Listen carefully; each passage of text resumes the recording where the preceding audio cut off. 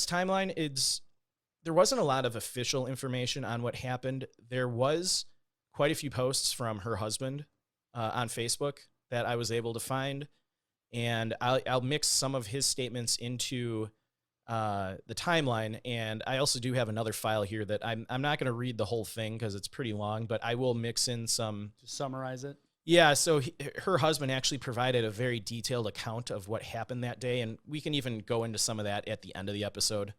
But so, like we said, she went missing on April 11th of 2019.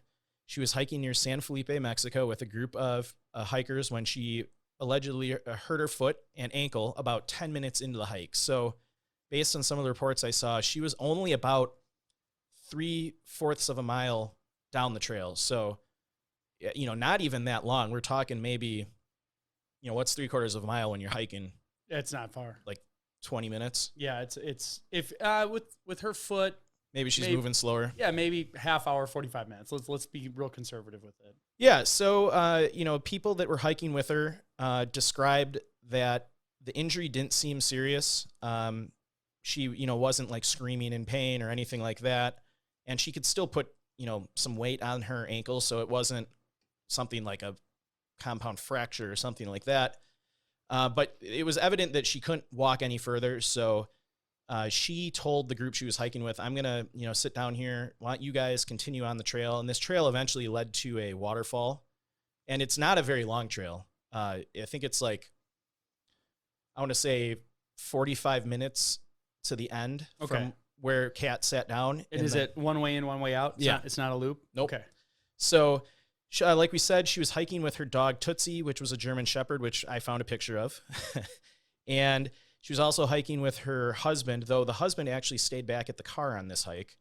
Her daughter, and then a group of other hikers that, from what I gathered, she knew. So they weren't just random people. Okay, so it's like people she was friends with in the town. Yep. People she knew. Yeah. And her husband stayed at the car the whole time. Yes. The rest of the group went on. She sat down after 10 minutes or 3/4 of a mile. Yep. Said, I'm just going to wait here, pick me up on the way back. Yes.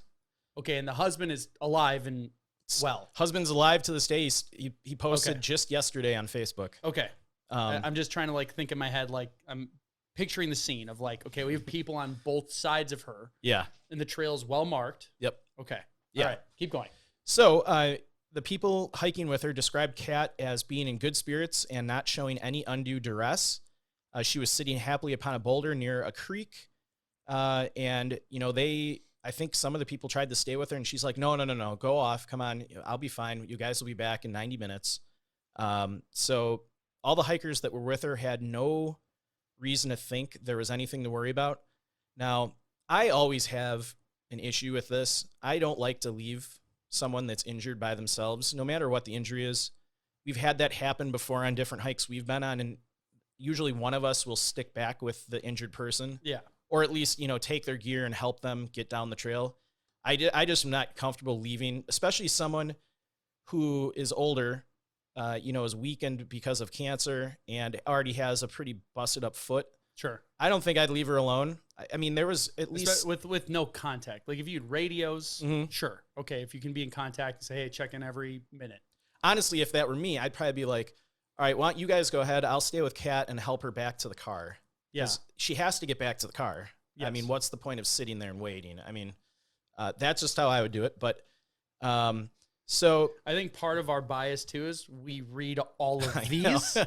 So every time we think of somebody by themselves, we just think of the worst. Because in reality, it probably happens every day, millions of times a year, and it's just fine.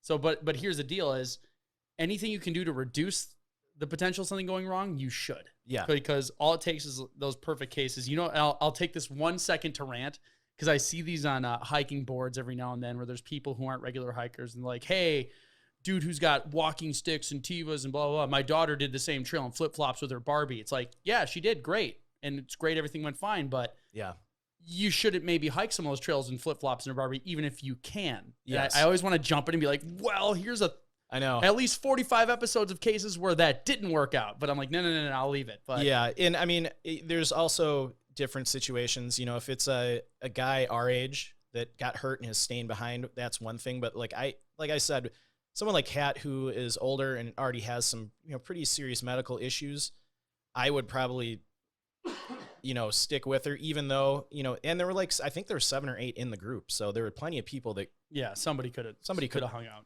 So, all right, we'll move on. We don't want to harp on that. Yeah. So the group continued down the trail to this waterfall, and about 90 minutes later, they returned to where Kat was sitting. And a friend of Kat, Victoria Langset, said, when they came back about 90 minutes later, she was gone. There was no trace of her or the dog, no sign of a wild animal attack. So it's one of them described as if she had just completely vanished off the face of the planet. There was no signs of a struggle. There was no signs of an animal attack. There's not really even animals in the park that would attack an adult human. Sure. There was, if there was a struggle, like she got abducted, you would, see footprints on the ground. Maybe she dropped some gear in the struggle. You would see signs of the dirt being kicked around, whatever. Yeah, maybe. I mean, if they're on 4-wheelers, you'd see signs of tracks leading off. Sure. So there was literally no sign of anything happening. It's just like she was gone, and her dog was gone. A German Shepherd's a pretty large dog. Yeah. It's not like she had a little poodle or something with her. So that's strange. So as soon as the group got to the spot where Kat was at and realized she was gone, they instantly started fanning out and yelling her name. They were also yelling the dog's name. They didn't get any response, and they kept saying it's as if she never had been here. So not only was she gone, but like we said, there was no evidence of any kind of struggle or signs of wild animal attack, and her dog just vanished in the thin air as well. And now it's getting later in the day. So this hike was started in the afternoon, and now it's later in the day. So when they got back to the parking lot, they were honking their car horns. They were turning their lights on and off. And they also continued to go up and down the trail yelling her name. So you would think if, maybe she had to go to the bathroom and went off trail a little bit and got injured. And if she was still alive, she would hear the horns honking. She'd hear people yelling. Her dog would be right there. Sure. That doesn't make any sense either. So Kat's husband, told the police that he waited for Kat at his car, but she never returned. And so this is part of the thing that is really strange about this case. So you have an in-out trail. There's one way in, one way out. Her husband was at the start of the trail at the car. Mm-hmm. Her friends hiked all the way to the waterfall, and yet no one saw her. So she didn't come off the trail because her husband would have seen her. She didn't go towards the waterfall because her friends would have seen her. And if her husband's waiting at the car, he would say, oh, and this many people also started that trail after they left. Like, did anybody else come to the trail and did they, like, there's no mention of them seeing anyone along the trail. Her husband saying, oh, I noticed a group of like these shady guys went up the trail after they did. Yeah. Like, it was just them out there. It was just them from all the reports I read, and I could have missed something, but it sounds like there was no one else that entered the trail after that party did. Yeah, so, based on the remoteness, I'm guessing that's the case. Yeah, this park actually reminds me a lot of Canyonlands. This was kind of the same experience we had when we hiked Canyonlands. It was very desolate, remote. We saw like 3 people the entire week we were in the park. Okay. So it's strange. One of the people in the group actually even had a drone that they were flying at night trying to find her. So, like there's another, if she's an experienced hiker and she's injured out in the park, because she's a smoker, she obviously probably had a lighter on her. She could have potentially started a fire, and that drone at night would have seen that absolutely easily from a mile away if you had a decent fire going or a flashlight or anything. So already kind of right off the bat, things just don't add up to me. So fast forward to the next day, so the 12th of April in 2019, the authorities were soon notified after Kat was missing, and on the 12th, a massive search and rescue operation kicked off, and I was actually pretty impressed by the amount of searchers and technology that was used. So the search team included local search and rescue crews, tracker dogs, Mexican military helicopters, but nothing was found. The dog wasn't found. Langset was, quote, and this was the friend, remember, she was quoted saying, a bloodhound right now is the only hope in finding her. She's been out there for 3 nights. So even people of San Felipe started a Facebook group. They were asking for help. Anyone that had desert search experience to come down and help with the search operation. So I'm guessing, while the Mexican military was doing the best they could, they're probably not properly trained like some of our search and rescue teams here in the U.S. are for missing persons. Yeah, I'm guessing they don't have the resources that we have access to, or the program set up. I could be wrong. Yeah. But even so, if they have a dog that can seek it out, you think that'd be good, especially potentially finding the other dog. Yeah, so they do end up bringing in a dog. So we'll get to that in a minute. So on the 14th of April, Kat's husband posted an update on Facebook, and I'm just going to read this verbatim. It's interesting to get insight into details of the search and rescue operation, especially one that's happened in a foreign country. We haven't done a case yet that has been outside of the U.S., so this was interesting for me at least. So her husband writes, update on Kat's search. We went out this morning on the Marines helicopter around 11 a.m., 6 Marines and myself. We touched down about 2 miles north of Piachu del Diablo. Then we proceeded to sweep back to the creek. We found no prints or any signs of Tootsie. We then headed back to the parking area at the mouth of the Arroyo to meet up with the rest of the search team. Sorry, I'm going to butcher this. Protección Civil from Ensenada has a team of about 25 hikers combing the area. The Marine chopper will fly again in the AM, although visibility is not very good from the air due to some thick vegetation. A team of 6 Marines and the team from the PC, we'll call, set up camp there tonight and will continue their search tonight and tomorrow morning. There was also about 40-plus vehicles on the ground from the Scorpion sweeping the surrounding areas. We will continue to search until we find something. As of now, we have not found signs of an animal attack or anything like that. We are still very hopeful she is hidden away somewhere in the brush. We will be out here again tomorrow. If anyone can provide information on search and rescue dogs, please contact us. So very interesting insight into the search that was happening. So not only do you have a Marine helicopter kind of, hitting it from the help air. From the U.S. military? No, the Mexican Marines. Mexican Marines. I was like, okay, yeah. They got the Marines down there maybe because it was a U.S. citizen. I don't know. No, so, and then you had 25 hikers combing the area, and you also had 40-plus vehicles searching the grounds around the area. So, and I just looked up the Protección Civil from Ensenada is like a government safeguard team or something. Like, okay, it's just like a group of people that will, some government organization for protection and things like that. So cool.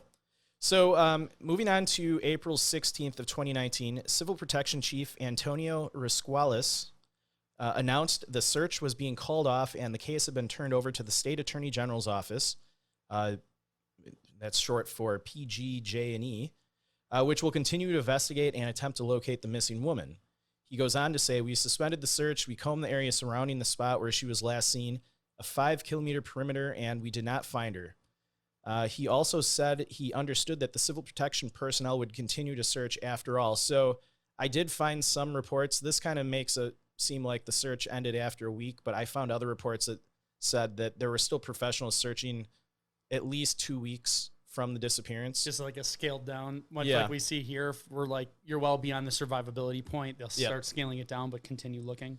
Yeah, and the family continued to search even after the official search was over. Sure. So, and actually a bit of good news on the 17th, according to NBC7 from San Diego, an unknown benefactor donated a search and rescue dog to the community of San Felipe to initially help search for Kat, and then the community could keep the dog for any future disappearances.